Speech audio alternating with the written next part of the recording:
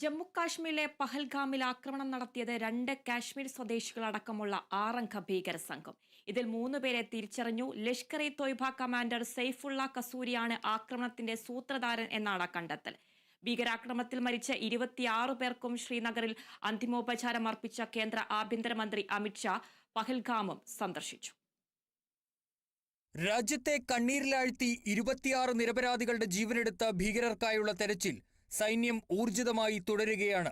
ഇതിനിടെ ആക്രമണത്തിൽ പങ്കെടുത്ത 6-ൽ 4 ഭീകരരുടെ ചിത്രങ്ങൾ പുറത്തുവന്നു. ഇതിൽ 3 പേരെ തിരിച്ചറിഞ്ഞു. ആസിഫ് ഫൗജി, സുലൈമാൻ ഷാ, അബൂ തൽഹ എന്നിവരെയാണ് തിരിച്ചറിഞ്ഞത്. ഇവരുടെ രേഖാചിത്രങ്ങൾ അന്വേഷണ ഏജൻസികൾ പുറത്തുവിട്ടു. കാശ്മീരിലെ ബിജ്ബേര, ത്രാൾ സ്വദേശികളായ 2 പേരും അക്രമി സംഘത്തിൽ ഉണ്ടായിരുന്നു. ലഷ്കർ-ഇ-തോയ്ബ കമാൻഡർ സൈഫുള്ള കസൂരിയാണ് ആക്രമണത്തിന്റെ സൂത്രധാരൻ. പാകിസ്ഥാനിൽ നിന്നാണ് കസൂരി ആക്രമണം ഏകോപിപ്പിച്ചത്. ശ്രീനഗറിൽ എത്തിച്ച ആക്രമണത്തിൽ കൊല്ലപ്പെട്ട 26 പേരുടെ മൃതദേഹങ്ങളിൽ കേന്ദ്ര ആഭ്യന്തരമന്ത്രി അമിത്ഷാ അന്തിമോപചാരം അർപ്പിച്ചു.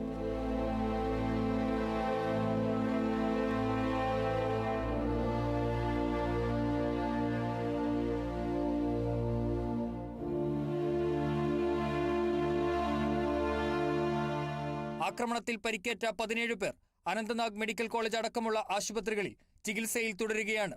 അതിനിടെ അമിത്ഷാ ആക്രമണം നടന്ന പഹൽഗാമിലെ ബൈസ്രൻ താഴ്വര സന്ദർശിച്ചു. സൈനിക ഹെലികോപ്റ്ററിൽ എത്തിയ അമിത്ഷാ അരമണിക്കൂറോളം അവിടെ ചെലവഴിച്ചു. ഭീകരാക്രമണത്തിന് പിന്നിൽ പ്രവർത്തിച്ചവരെ വെറുതെ വിടില്ലെന്ന് അദ്ദേഹം പറഞ്ഞു. സൗദി സന്ദർശനം വെട്ടിച്ചുരുക്കി ഡൽഹിയിൽ മടങ്ങിയെത്തിയ പ്രധാനമന്ത്രി പാലം വിമാനത്താവളത്തിൽ അടിയന്തര യോഗം വിളിച്ച് സ്ഥിതി വിലയിരുത്തി.